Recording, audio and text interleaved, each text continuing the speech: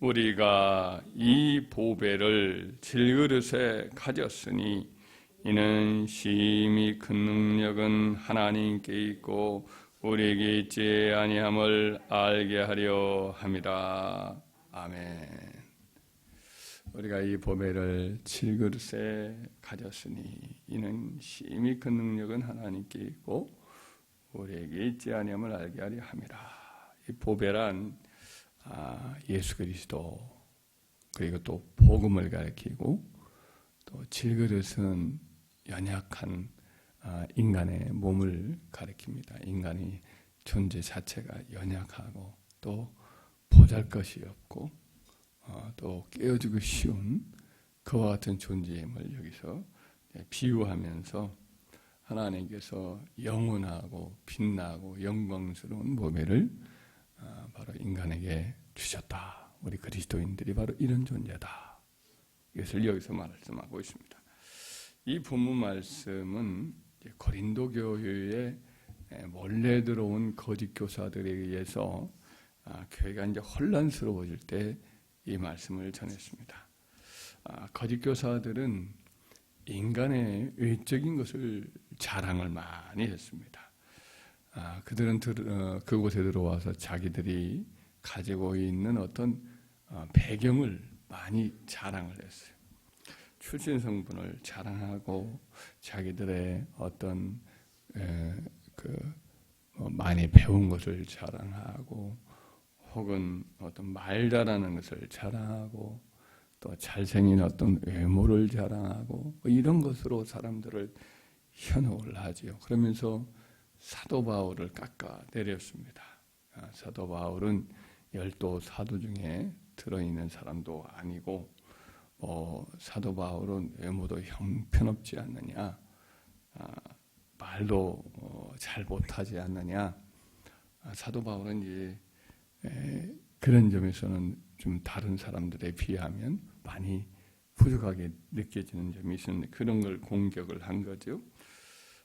그럴듯한 자기들은 주처장을 가지고 와서 사람들의 마음을 빼앗았어요. 예를 들면 야고보 선생의 자기는 문화생이라든지 이런 식으로 해서 사람들에게 자기들이 정통이다 이렇게 말을 했지만 사실은 그들은 사도 바울이 전한 복음의 정통성을 무너뜨리고 사람들을 다시금 유대주의 가르침으로 돌이켜서 신앙을 도적질하려는 사단의 이제 도구로 이렇게 쓰임받을 그런 존재였습니다.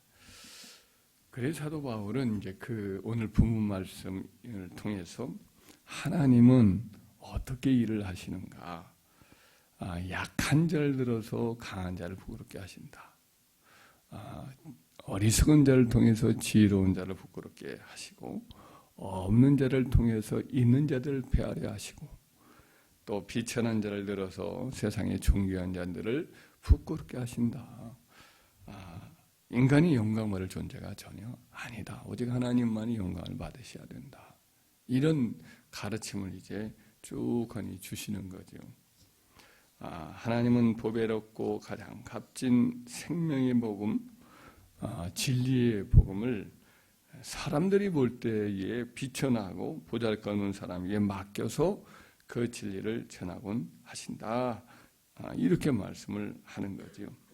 사람 보면 믿을 만한 거리가 없고 사람을 보면 절대로 나올 수 없는 능력 그리고 지혜, 사랑 이것이 흘러나오는데 그래서 영광을 사람에게 돌릴 수 없고 오직 그 사람 안에서 역사하는 하나님께만 돌려야 한다.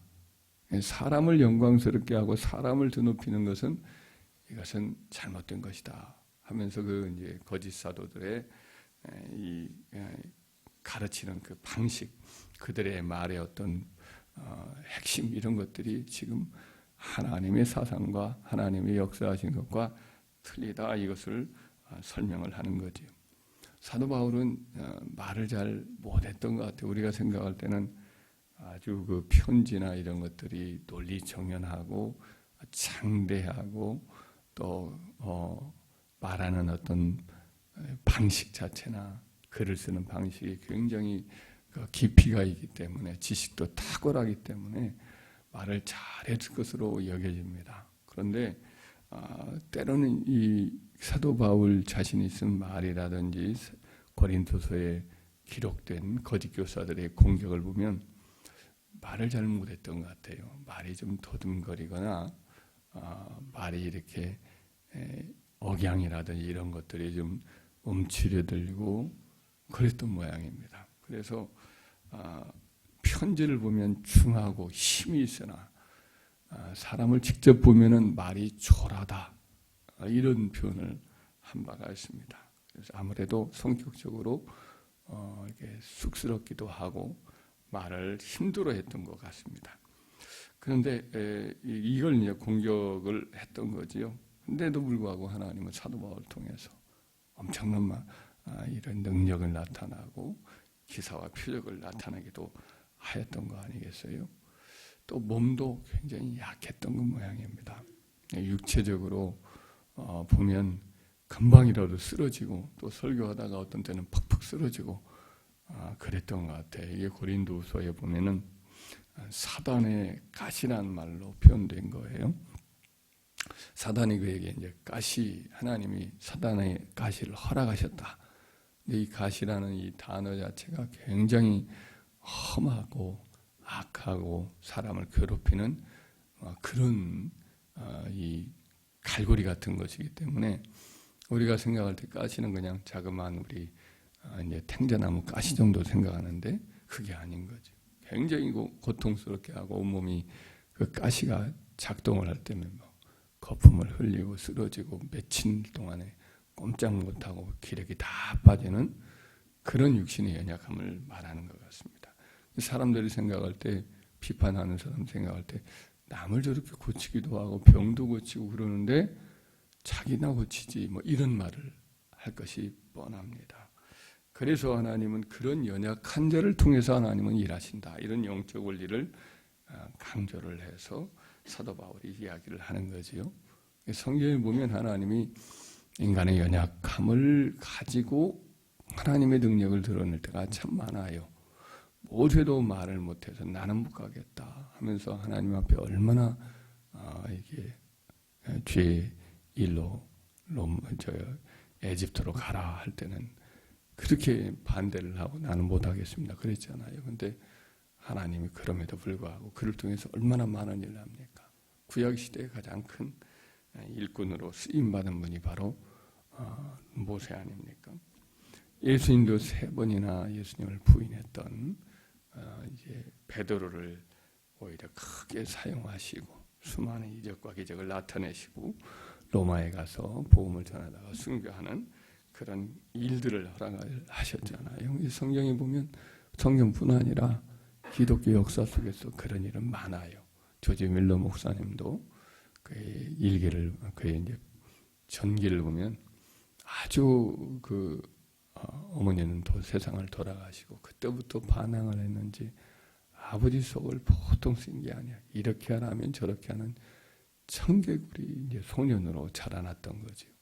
근데 그랬던 이 조지 밀러가 나중에 이제 청년기쯤 될 때 대학교 가면서 완전히 달라지거든요. 완전히 달라지고 아버지의 기대한 바를 이루기보다는 하나님의 마음을 기쁘게 하려고 그렇게 몸부림을 치고 그래서 아버지에게 의절까지 당하는 그런 일을 겪으면서 그가 이제 영국의 선교사로 가서 거기서 복음을 전하고 고아의 아버지가 되어서 많은 수천 명의 고아들을 섬기고 또 중국 선교를 비롯한 많은 선교사들을 물질로 후원하는 기도로 후원하는 그와 같은 후원자가 되는 그런 일들을 했습니다. 우리나라에도 김익도 목사님이라는 분은 애초에 보면 깡패 같은 사람이거든요. 아주 험하고 그리고 싸움을 많이 하고 하여튼 안악골의 호랑이라는 말처럼 장터에 가면 이 사람 안 만나는 것이 그날 아무 일 없는 거지. 무조건 만나면 때리고 막 뒤집어 엎고 남원군 가고 기생집 들락거리고 그랬던 사람인데 선교사도 이제 복음을 전하는 선교사에게 돌을 쳐가지고 얼굴을 막 깨뜨리고 코피를 흘리게 만들고 그런 사람이에요. 그런데도 불구하고 하나님 그 사람을 붙잡아가지고 복음을 전하는 자로 삼고, 그때부터 바로 뭐 기생집회 전도하고 성경을 막 세례받기 전에 백독이나 하고, 그리고 하나님 앞에 헌신함으로 말미암아 하나님이 붙잡아 쓰셔서 그 당시에 뭐 하여튼 전국을 다니면서 복음을 전하는데 기적과 이적이 너무 나타나는 거예요. 수많은 병자가 그를 통해서 나타나서 일단 귀하게 사용되는 일꾼으로 일하시다가 북한이 이제 6.25 터뜨리고 그리고 이제 우리 이제 국군이 막 올라갈 때 그때 교회에서 종을 치고 새벽을 기도를 하는 가운데 이제 북한군에 의해서 잡혀서 순교를 함으로 그 영광스러운 삶을 마감을 했지요. 근데 이와 같은 김익도 목사님도 보면 사람 될 사람이 아니에요. 도저히 쓰임 받을 수 없는 사람인데 하나님의 이름으로 쓰셔서 하나님이 그렇게 큰 일을 드러낸 것을 봐요. 그래서 하나님이 일하시는 방식을 보면은 사람이 볼 때는 볼품도 없고 그럴 만한 인물도 아니고 전혀 그를 사람이 아니다 했는데 하나님이 오히려 역설적으로 이렇게 쓰는 경우가 종종 많이 있어요. 사람을 바라보지 말고 누굴 바라보라는 거예요? 하나님 바라보라. 누가 영광을 받으라는 거예요? 하나님이 영광을 받으셔야 된다는 거죠. 그래서 본인도 마찬가지고 사람들도 마찬가지는 거예요. 우리 하나님의 백성들은 우리 인간을 보면 보잘것 없지만 그 안에 뭐가 있느냐? 보배이신 그리스도가 있기 때문에 우리도 어떤 의미에서는 거룩한 자부심은 가져야 됩니다. 우리는 세상 사람들과는 전혀 다르게 우리에게 뭐가 있어요?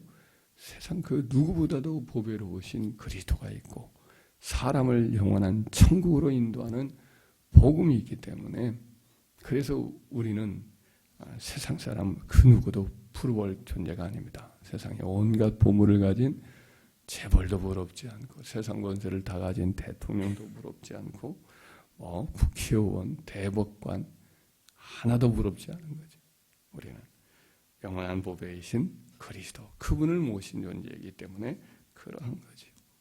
그러나 또 한편 이런 말씀도 알 수가 있어요. 우리가 인간의 삶을 살면서 그리스도인으로서 시련을 당하기도 하고 넘어지기도 하고 그야말로 세상 사람들이 볼 때는 비난도 당하고 형편없다고 무시도 당하고 또 깨지기도 하고 부서지기도 하고 재질 자체도 형편없고 그렇게 이 땅에서 비난당하고 멸시를 당할지 몰라도 우리는 그렇게 금이 가고 또 부서지고 할 때에 우리 속에서 번쩍번쩍 빛나게 밖으로 드러나는 게 있다고요. 그게 바로 보배이신 예수님이신 줄 믿습니다. 그 속에 영원성이 있어요. 세상 사람들과 달라요. 뭔가 모르게 거룩한 것이 보여요. 그 사람 속에 참 이 고난과 역경을 이기는 놀라운 일들이 일어나요. 세상 사람으로서는 벌써 끝났어요. 믿음, 소망, 사랑이 이란 존재가 없으면 그 사람은 벌써 이제 끝났을 텐데 여전히 그 고난과 역경 속에서 이겨내면서 소망을 가지고 여전히 사랑을 가지고 그렇게 살아가는 아주 아름다운 모습이 보여요. 이것이 세상 사람들과 또 다른 귀한 존재죠. 우리 속에 진정한 보배가 있다면 우리 질그릇이 깨어지고 부서질지라도 우리는 고난과 역경 속에서도 더 즐거워하고 기뻐하고 그리고 우리를 통해서 능력이 나타나서 하나님의 영광을 드러낼 줄 알고 우리는 고난과 역경 속에서 이기게 될 줄 믿습니다. 또 그렇게 우리가 주님께서 사용을 받을진데 모든 영광은 주님께만 돌리고 어떤 경우에도 우리는 질그릇에 불과하다. 주님 떠나가버린 아무런 존재가 참 아무런 존재가 아닌 그냥 썩은 새끼줄과 같고 그리고 불타다 남은 그냥 부지깽이 같은 존재에 불과하구나라는 생각을 하고 항상 겸손하게 우리를 주님께 내어드려야 할 줄 믿습니다. 하나님 우리를 영광 속에 쓸 때에도 하나님께만 영광을 돌리지만 설령 그렇지 않더라도 우리는 자족하면서 내 안에 보배가 있음을 기억하면서 자기의 직무를 최선을 다하여서 섬기는 충성스러운 주님의 용사들 다 되기를 주의 이름으로 축원합니다.